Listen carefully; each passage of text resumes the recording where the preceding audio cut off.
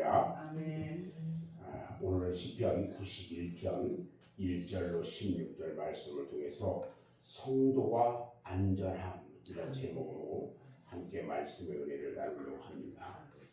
오늘 시편 말씀은 시편 46편 말씀과 유사한 시예요. 그래서 하나님께 대한 절대적 신앙을 근거로 한 기쁨과 소망을 노래한 시다, 이렇게 말할 수가 있어요.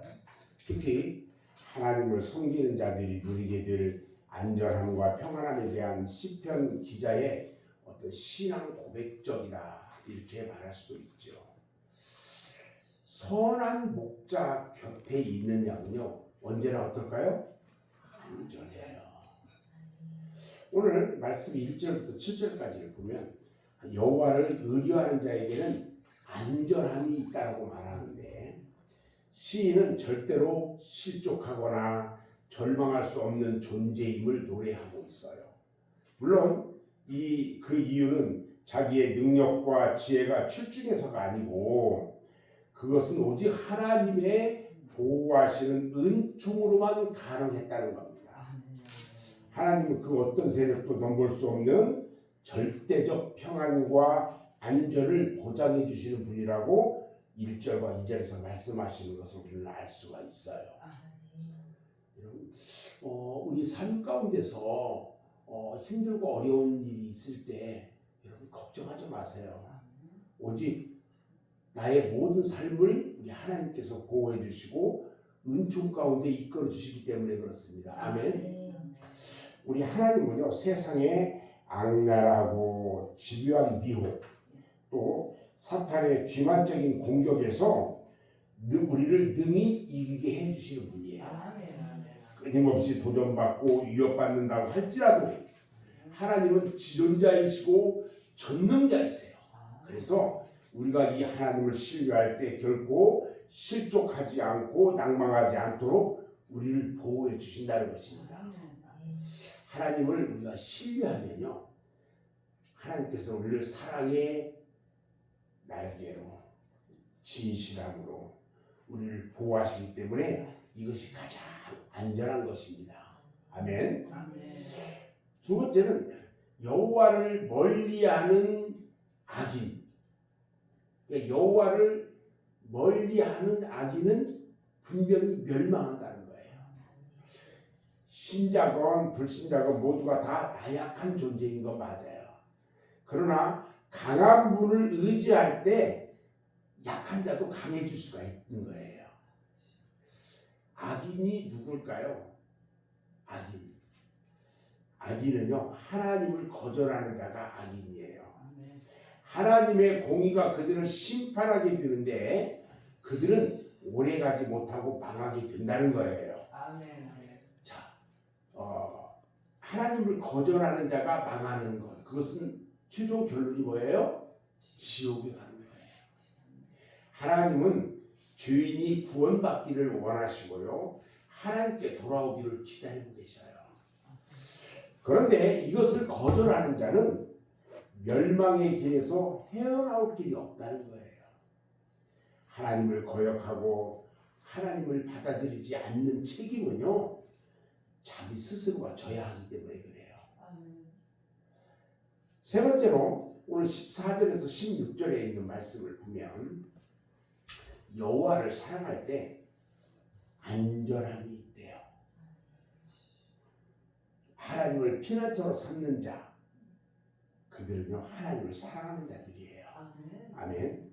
따라서 하나님을 사랑하는 자는 하나님께서 아셔요. 하나님을 사랑하는 자를 우리 하나님은 그를 아셔.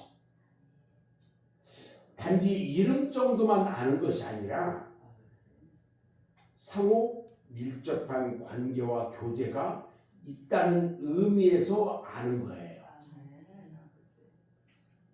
내가 힘들고 어려운 일이 있는데 이럴 때일수록 더욱 하나님 앞에 가까이 나가고 하나님과 기도하며 교제하고 말씀 가운데 순종하며 살아가려고 하는 그 안에 있는 사람은요, 내가 하는 만큼 우리 하나님께서 내 모든 것을 알아요. 그리고 나를 지켜주시어요. 보호해 주신단 말이에요. 아멘. 예수님과 깊은 교제와 순종이 있는 자는요, 환난 날에 하나님을 피난처로 삼을 수가 있단 말이에요. 아멘. 하나님을 피난처로 삼는 자는요, 하나님께 간구하는 자예요. 기도하는 자라는 거예요. 제가 특별히 우리 이제 교회에 있는 성도들한테 그 얘기를 자주 해요. 어려움 가운데, 사업에서 어려움 가운데 있는 사람들이 많이 있잖아요. 하나님을 온전히 하나님을 붙잡고 살아야 한다는 거예요. 아멘. 그러면 한 번에 왕창 잘 되고 이런 게 아니라 서서히 하나님께서 동행하심으로 말미암아 좋아진다는 거예요. 아멘. 그냥 이 어느 날 갑자기 뭐 하늘에서 뚝 떨어져 가지고 뭐 자기 이런 것은요 절대 있을 수가 없어요. 하나님과 교제와 기도로서 하나님께 피하는 자, 하나님으로부터 자신의 방패와 피난처로 삼는 자는요 많은 복을 누리게 된다는 거예요. 우리가 영육간에 풍성한 복을 누리게 해주신대요. 14절에서 16절에 딱 보니까요, 무엇보다 환난에서 건진받는 구원의 축복을 받게 된대요. 그리고 사냥꾼의 올무에서와 사자의 이빨에서 독사의 독에서 구원을 받을 수 있대요.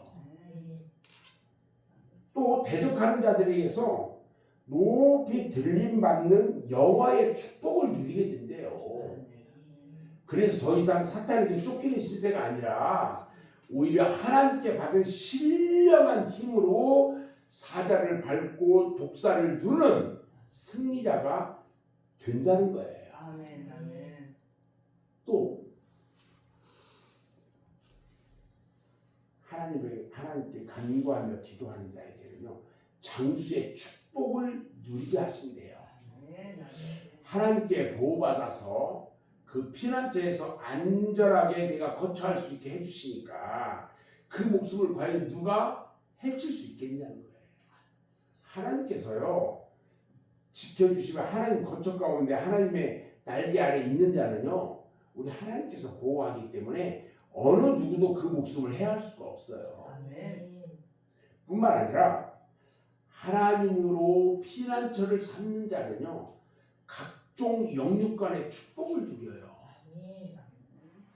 정녕 하나님은요 모든 복의 근원이시기 때문에 그 날개 품 속에 온갖 복들이 감춰져 있단 말이에요. 그래서 그 하나님 안에 있는 자는요 하나님께서 주시는 그 축복들, 감춰져 있는 축복들을 하나하나 우리에게 하나하나 주신단 말이에요. 아멘. 아멘. 지금까지 내가 살아오면서 느끼지 못했던 것들, 깨닫지 못했던 것들, 오늘 아침에 내가 하나님께 말씀 가운데 순종하고 기도하며 간구하며 소망할 때에 우리 주님이 나와 동행함으로 말미암아 안전하게 보호해 주시고 이런 축복을 누리게 해주시는구나. 이거 깨닫기를 바랍니다. 아멘. 저는 이제 말씀을 마무리할 건데요. 우리 성도들의 인생의 방패와 요새 이것들은 과연 무엇일까요? 하나님이에요. 자, 여러분들은 무엇으로 피난처를 삼으려고 합니까? 이것도 하나님이에요. 제가 물어봅니다. 혹시 재물입니까? 아니면 권세입니까? 아니면 학벌입니까? 아니요. 재물이나 권세나 학벌은요 환난 날에 아무런 도움도 안 줘요. 우리가 학생 때는 하여간 스카이 서울에 있는 학교 인류와 대학을 가려고 그렇게 노력을 해요. 어떤 사람은 그런데 대학을 못 가고 고등학교만 졸업할 수도 있어요. 또 어떤 사람은 어려운 환경 가운데 있으면서 중학교밖에 못 나올 수도 있어요. 어떤 사람들은 그것도 어려워서 초등학교밖에 못 나올 수도 있어요. 그런데요, 나이가 먹고 성인이 되어서 사회에서 어떤 과정은 겪을 수가 있지만 최종적으로 나이가 중년을 지나서 황혼에 이를 때면 아무것도 관계없어요. 오직 나와 함께 하시는 그분이 함께 계시냐 안 계시냐에 따라서 이분의 생이 행복했다 안 했다라고 말할 수가 있다는 거예요. 아멘. 아멘. 우리가요 새 사냥꾼의 올무, 사냥꾼의 올무에 빠지면요 결코 그물에서 헤어나올 수가 없어요. 저는 시골에서 이 새 그물 쳐놓고 이 울타리 옆에 쪽에 그물 딱 쳐놓고 한쪽에서 몰아가면 지나가다가 못 보고 그냥 확 다 이 잡히는 거 많이 먹고 해서 이 참새구이도 많이 해먹어봤거든요. 그 올무에서 절대 새는 올무에서 빠져나올 수가 없어요. 여러분 사자의 이빨에 사자 입에 탁 물리면 빠져나올 수가 없어요.